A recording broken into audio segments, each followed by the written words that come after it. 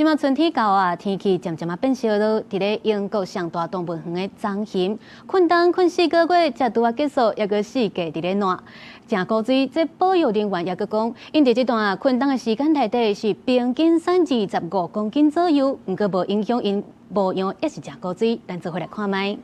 佇咧草埔一直高高練，住佇英格蘭貝德福郡這個英國上大的動物園內底，有4隻棕熊經過4個月困凍拄精神。養飼的人講，因精神的時陣並未感覺枵，結果是食一寡菜色，想要做的代誌，顛倒是先活動筋骨。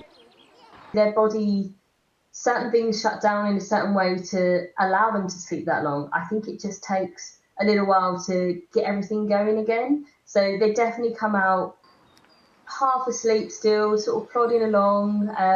They're there, they want food, but like they'll quite happily snooze for a bit in the paddock. 養飼的人講，拄精神的棕熊會一直拄久，煞尾才會活跳跳、歡歡喜喜鬥陣佚佗。也若養飼的人甲因做的第一件代誌，就是先量體重。And they've all respectively lost around 25 kilos from when they went to sleep.